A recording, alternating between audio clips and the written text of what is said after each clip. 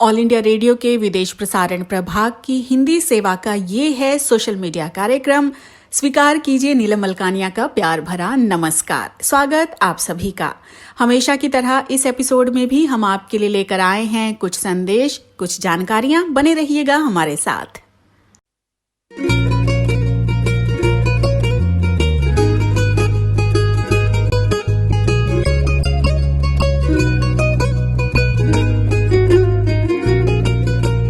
ਵੇਖ ਲੈ ਬਾਬਾ ਤੇਰੀ ਦੁਨੀਆ ਕਿੰਨੀ ਮੈਲੀ ਹੋ ਰਹੀ ਐ। ਗੰਗਾ ਜਲ ਨੂੰ ਛੱਡ ਕੇ ਅੱਜ ਕੱਲ ਹੱਥ ਅਲਕੋਹਲ ਨਾ ਧੋ ਰਹੀ ਐ। ਵੇਖ ਲੈ ਬਾਬਾ ਤੇਰੀ ਦੁਨੀਆ ਕਿੰਨੀ ਮੈਲੀ ਹੋ ਰਹੀ ਐ। ਗੰਗਾ ਜਲ ਨੂੰ ਛੱਡ ਕੇ ਅੱਜ ਕੱਲ ਹੱਥ ਅਲਕੋਹਲ ਨਾ ਧੋ ਰਹੀ ਐ।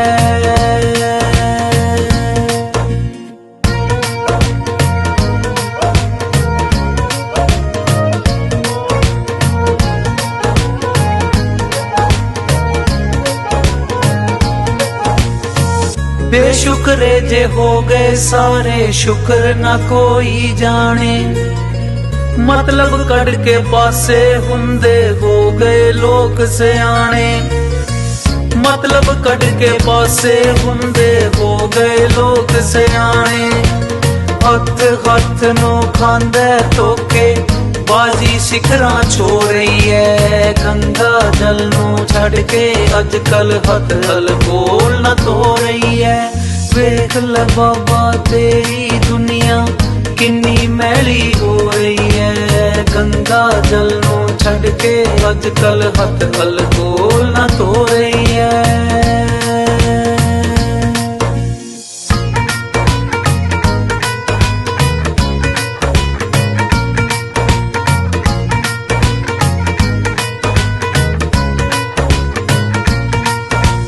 धर्म किसे दे पल्ले है नी गल्लां करन बथेरे। एक दूजे नू मारन कुटन ना लाउंदे ने तेरे। एक दूजे नू मारन कुटन ना लाउंदे ने तेरे। दया दीनता भुल के बाबा दुनिया कूड़ा ढो रही है। गंगा जल नू छड़ के अज कल हथ अल्कोहल न धो रही है। वेख ले बाबा तेरी दुनिया किन्नी मैली हो रही है। गंगा जल नू छड़ के अज कल हथ अल्कोहल न धो रही है।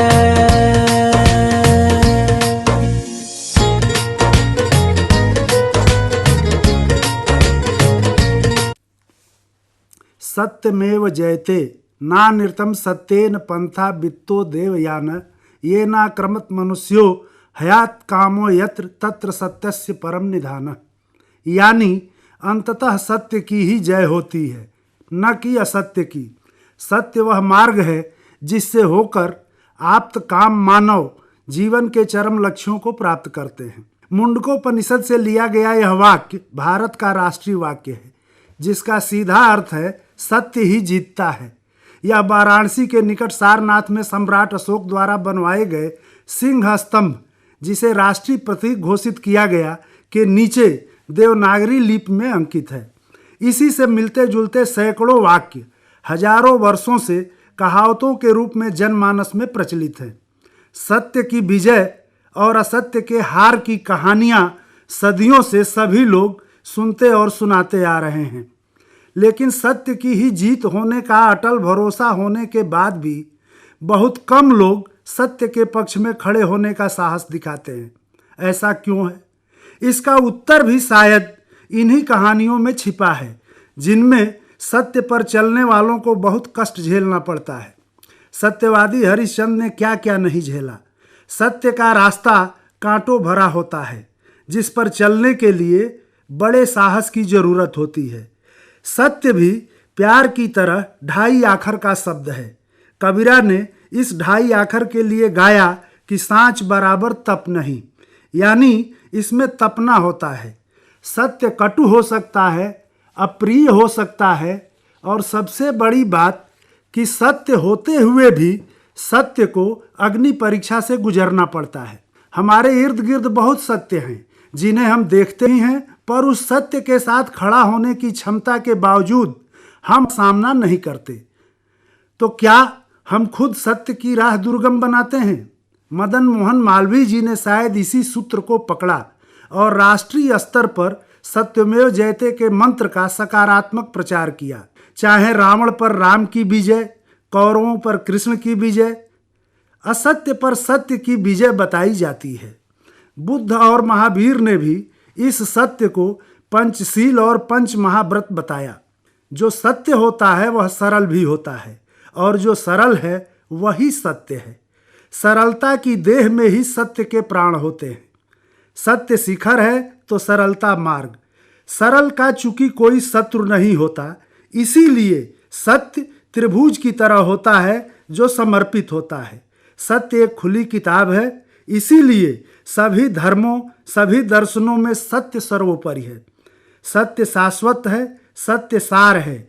वेदों में, उपनिषदों में जो नेति नेत आता है वही सनातन सत्य है। इसीलिए यह ज्ञेय भी है और अजेय भी। चिरंतन काल से साधकों ने सत्य को साधने का संधान किया है। हर देश काल परिस्थिति में शिव स्वरूप सत्य सुंदर से सुंदरतम की विजय यात्रा है।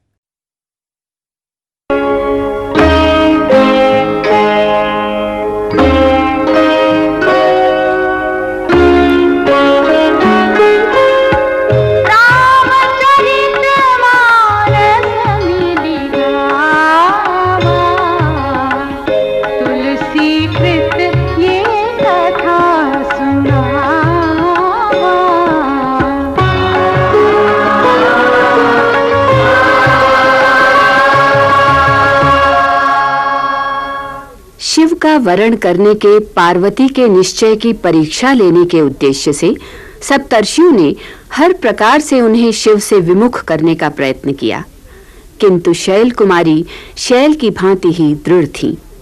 कहा, मैं महर्षि नारद के वचन की अनसुनी नहीं करूंगी, चाहे घर बसे या उजड़े। हे मुनीश्वरों, यदि आप पहले मिल गए होते तो मैं आपका उपदेश सिर आंखों पर रखकर मान लेती, परंतु अब तो शिव जी के लिए मैं अपना जन्म हार चुकी हूँ, फिर उनके गुण दोष का विचार कैसा? मेरा तो करोड़ों जन्मों तक ये हठ रहेगा कि या तो मैं शिव जी को वरूंगी या फिर कुंवारी रहूंगी। शिव जी के लिए पार्वती की ऐसी प्रीति देखकर ज्ञानी मुनिगण उनकी जय जयकार कर उठे। बोले, हे माते, आप माया हैं और शिव कल्याणकारी भगवान। आप दोनों समस्त जगत के माता पिता हैं। ऋषिगण ने हिमवान के पास जाकर उन्हें पार्वती के पास भेजा, जो विनती करके उन्हें घर ले आए। उधर भगवान शंकर के पास जाकर ऋषियों ने पार्वती की दृढ़ प्रतिज्ञा का वर्णन सुनाया, जिससे भगवान शिव आनंद मग्न हो गए।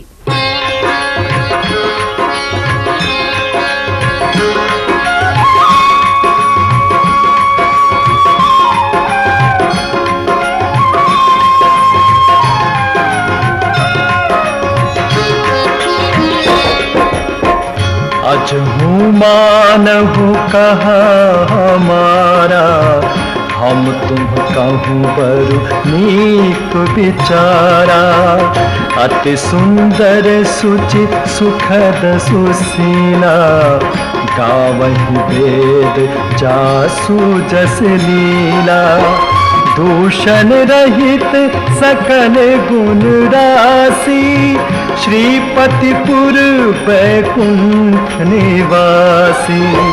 असबरु तुम्हि मिलाऊं वो आनी, सुनत बिहसी कह बचन भवानी। सत्य कहे हो गिरिवाव तनु येहा, हट न छूट छूटे बरु देहा। कनकौ पुनि पशान ते होई, जा रेहु सहजु न परिहर सोई।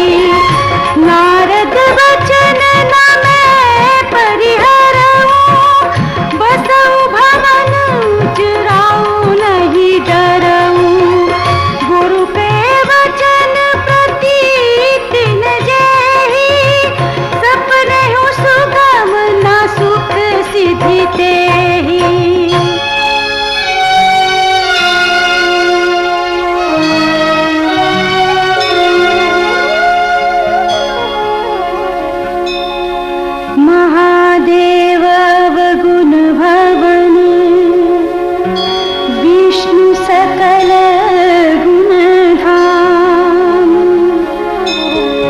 तेहि कर मनोरम जाहि सन, तेहि तेहि सन काम।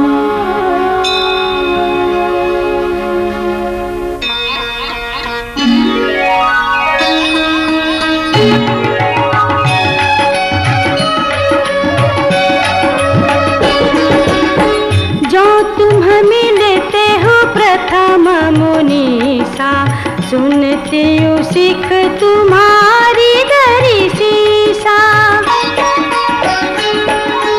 अब मैं जन्म संभुहित हारा, को गुण दूषण कर बिचारा।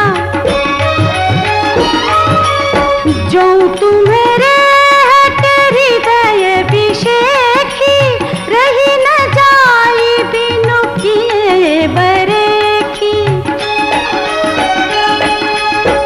तो कौतुकियन आद सुनाही, बर कन्ना अनेक जग माही। जन्म कोटि लगी रगर हमारी, बरऊं संभुनत रहूं कुमारी। तजऊं न नारद करऊं उपदेशु, आप कहिए सतवार महेशु। मैं पापरऊं कहई जगदम्बा, तुम गृह गवनहु भयउ विलंबा। देखी प्रेम बोले मुनि ज्ञानी, जय जय जगदम्बिके भवानी। जय जय जगदम्बिके भवानी, जय जय जगदम्बिके भवानी, जय जय जगदम्बिके भवानी।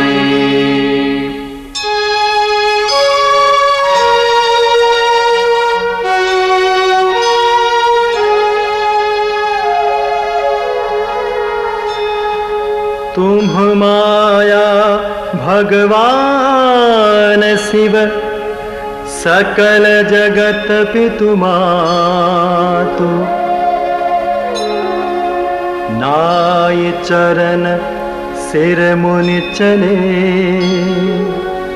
पुनि पुनि हर्षत गातु।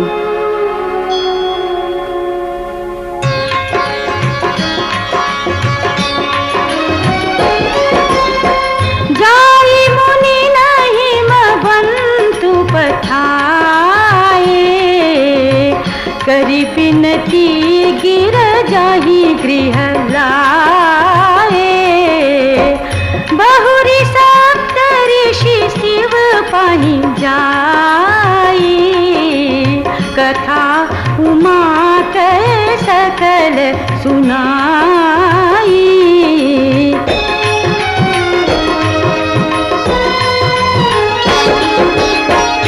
भय मगन शिव सुनत सनेहा, हर्षि सप्त ऋषि गवने देहा।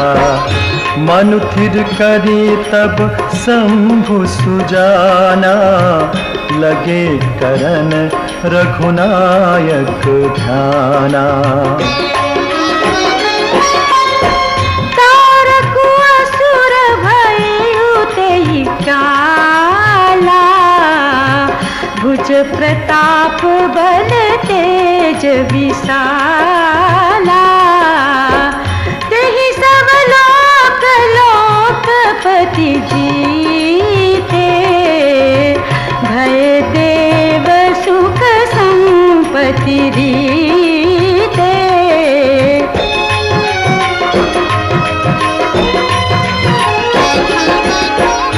अजर अमर सो जीत न जाई, हारे सुर करी विविध लड़ाई। तब बिरंची सन जाई पुकारे, देखे विधि सब देव दुखारे।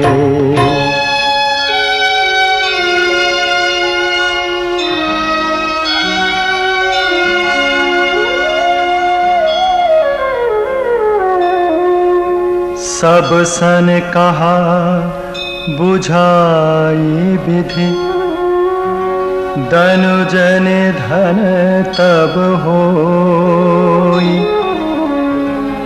शंभु शुक्र शंभूत सुत, एहि जीतई रन सोई।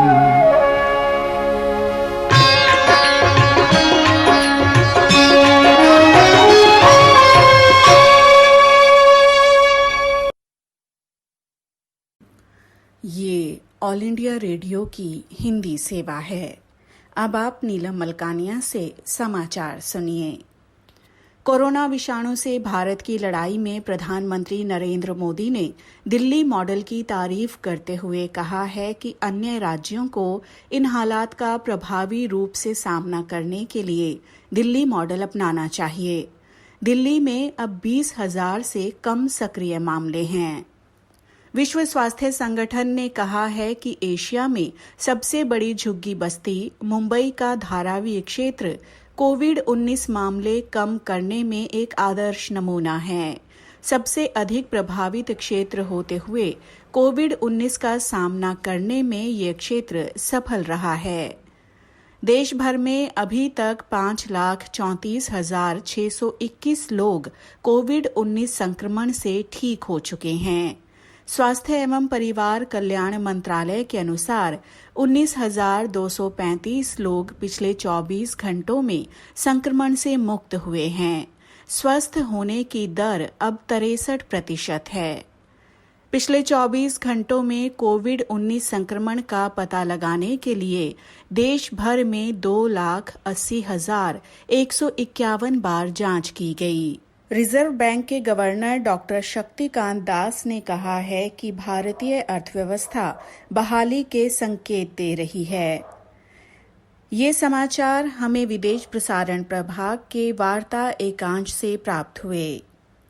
एप्पल आईफोन तैयार करने के लिए फॉक्सकॉन कंपनी तमिलनाडु में सिरीपेरुम्बुदूर संयंत्र के विस्तार के लिए $1 अरब का निवेश करेगी।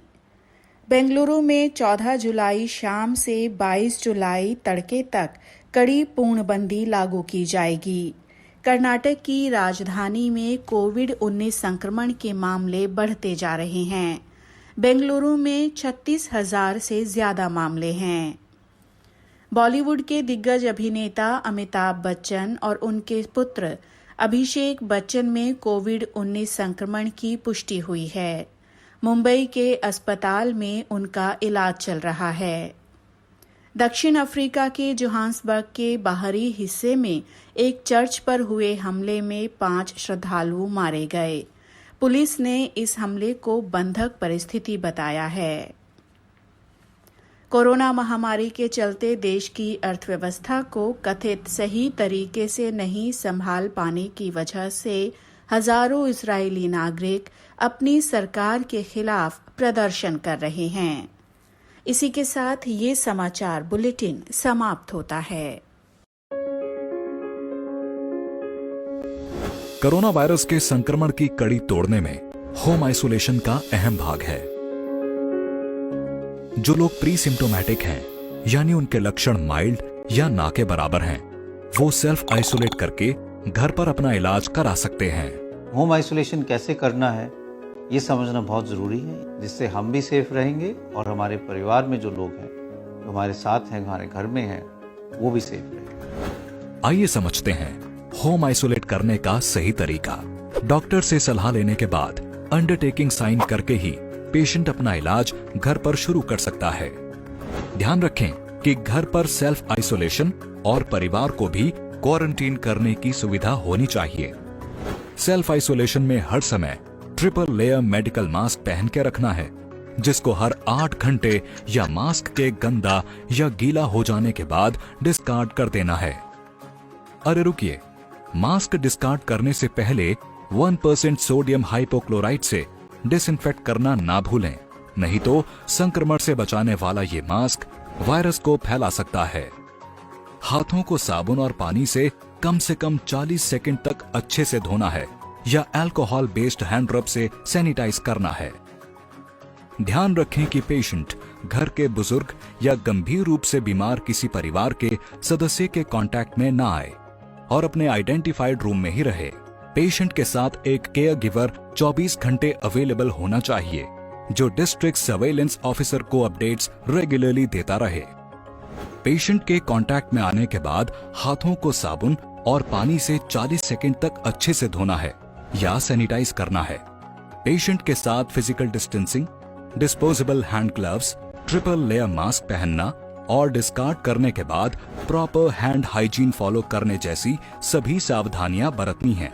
साफ सफाई का ध्यान रखते हुए पेशेंट से निकले ओरल या रेस्पिरेटरी डिस्चार्ज के डायरेक्ट कांटेक्ट में नहीं आना है। काफ़ी कॉमन आइटम्स होती हैं, जैसे कि डोर नॉब हो गया, टेलीफोन हो गया, उसको वैसे ही न छुएं, उसको स्टेरिलियम से या फिर फ्रेशली प्रिपेयर्ड सोडियम हाइपोक्लोराइट से साफ़ करें। और जो बर्तन होते हैं, जो कपड़े होते हैं धोने के, वो अलग से धोए जाएं। कि मरीज जो है आरोग्य सेतु ऐप अपने मोबाइल में डाउनलोड करके रखे। पेशेंट होम आइसोलेशन को मौजूदा गवर्नमेंट डिस्चार्ज पॉलिसी के अनुसार बंद कर सकता है।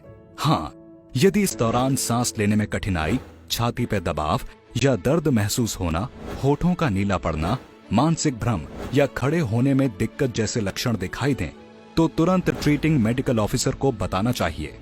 केयर गिवर है वो भी अपनी जिम्मेदारी समझें, चाहे वो उनको केयर की बात हो, खाने की बात हो, बाथरूम साफ करने की बात हो, या उनको मॉरल सपोर्ट करने की बात हो। सोशल सपोर्ट इस टाइम में बहुत बहुत ज़रूरी है और फिजिकल डिस्टेंसिंग भी साथ साथ करने की ज़रूरत है। मेरी तरफ से हम सब लोग अगर इकट्ठे जुट के ये काम करेंगे तो हम सब सेफ रहेंगे, हेल्दी रहेंगे। इन गाइडलाइंस और अपने मेडिकल ऑफिसर के इंस्ट्रक्शंस का सख्ती से पालन करें, ताकि हम अपने साथ साथ अपने परिवार और समाज का स्वस्थ भविष्य सुनिश्चित कर सकें।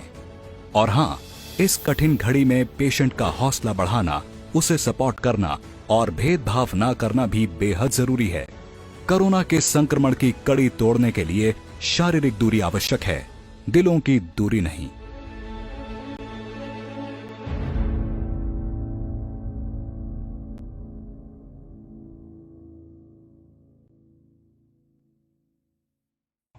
आइए अब सुनते हैं सामयिक वार्ता। विषय है भारत अमेरिका एक साथ चीनी प्रधानता वाली योजनाओं के विरुद्ध। आलेख प्रोफेसर चिंतामणि महापात्र का है। वाचक हैं मनोज कुमार चौधरी। गत 2 दशकों में भारत अमेरिका की सामरिक साझेदारी मजबूती के साथ गहरी हुई है तथा विस्तृत हुई है, लेकिन इसकी प्रासंगिकता, उपयोगिता तथा सार्थकता की वास्तविक चुनौती तब सामने आई जब चीन ने भारत चीन की लंबी सीमा पर वास्तविक नियंत्रण रेखा LAC के निकट अपनी बेशर्मी भरी आक्रामकता का प्रदर्शन किया। विश्व के कई देशों के साथ सामरिक साझेदारी है, लेकिन चीनी आक्रामकता के परिदृश्य में भारत के लिए खुले समर्थन का प्रदर्शन अब तक केवल अमेरिका ने ही किया है तथा साथ साथ इसने भारतीय सैनिकों के साथ शारीरिक लड़ाई वाले स्थान से चीन को अपने सैनिकों को हटाने और वहां के कुछ क्षेत्रों से इसके अवैध ढांचों को गिराने के लिए कुछ कदम भी उठाए हैं। बहरहाल ऐसा अनुमान करना गलत होगा कि चीन भारत सीमा पर वॉशिंगटन की स्थिति अमेरिका तथा भारत के बीच किसी प्रकार के सैन्य गठबंधन का बनाया जाना विचारात्मक है। किसी प्रकार के चीन विरोधी गठबंधन को बनाने के पक्ष में ना ही भारत है और ना ही अमेरिका, लेकिन सामरिक साझेदारी पर बनी सहमति और कार्यवाहियों के अनुसार व्हाइट हाउस तथा स्टेट डिपार्टमेंट की कुछ साहसिक घोषणाओं और दक्षिण चीन सागर में 2 विमान वाहक पोत भेजने संबंधी पेंटागन के निर्णय तथा चीनी PLA से मिलने वाली किसी प्रकार की चुनौती से निपटने के लिए LAC पर भारतीय सैनिकों की बहादुरी ने किसी प्रकार की अवैध या अनैतिक दुर्घटना से दूर रहने के लिए चीन को एक सशक्त संकेत दिया। सीमा पर भारतीय सैनिकों के साहस को ठोस रूप से पेश करने में भारत चीन सीमा पर आगे के क्षेत्रों में सैनिकों तथा सहयोगी कर्मचारियों के हौसलों को बढ़ाने के लिए प्रधानमंत्री नरेंद्र मोदी की अभूतपूर्व यात्रा कारगर रही। घातक कोविड-19 महामारी के बीच चीनी आक्रामकता से निपटने वाले राजनयिक से मंत्री बने डॉक्टर सुब्रमण्यम जयशंकर का योग्य नेतृत्व विदेश मंत्रालय द्वारा शानदार राजनयिक कौशल का प्रदर्शन करने में सहायक रहा है। बाहरी शक्तियां सहयोग का हाथ तभी बढ़ाती हैं जब एक देश अपनी रक्षा करने की योग्यता का प्रदर्शन करता है। भारतीय सरकार का इस मुद्दे का कुशल निपटारे ने एक ऐसा वातावरण उत्पन्न किया जहां अन्य इच्छुक देश, विशेषकर अमेरिका, विश्व में एक आधिपत्य शक्ति बनने की चीनी आकांक्षा के साथ निपटने के लिए आगे आया।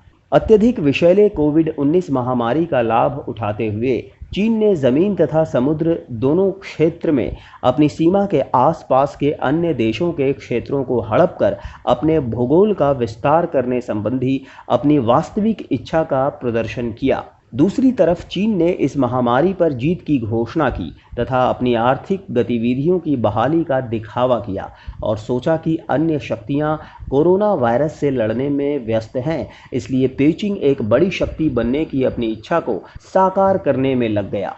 चीन के व्यवहार ने साबित किया कि चीन के शांतिपूर्ण उत्थान का सिद्धांत एक भ्रामक वैचारिक साधन था जिसे पेइचिंग ने अपनी सुविधा के लिए इस्तेमाल किया।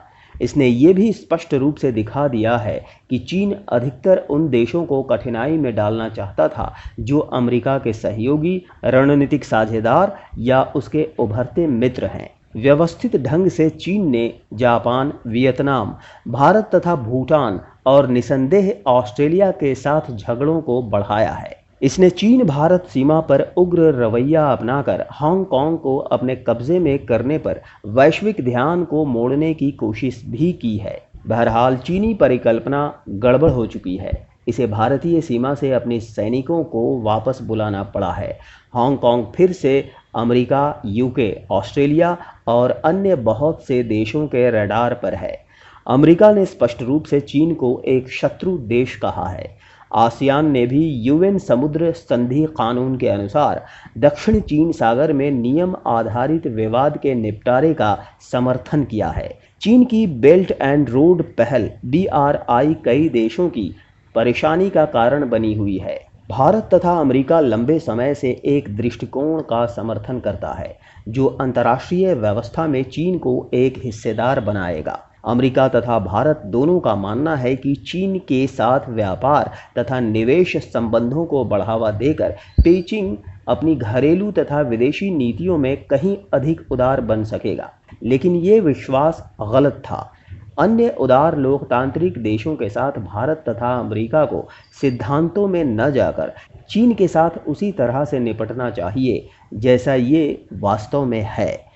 चीन को अपनी शर्तों पर वैश्विक नियमों तथा संबंधों के अभ्यासों को फिर से गढ़ने की अनुमति नहीं दी जानी चाहिए। कार्यक्रम आपको कैसा लगा हमें जरूर बताइएगा esth.radiomail@gmail.com पर। अपना ध्यान रखिए, अपने परिवार का ध्यान रखिए। अगले अंक में हम फिर हाजिर होंगे। अब मुझे यानी नीलम मलकानिया को दीजिए इजाजत। नमस्कार।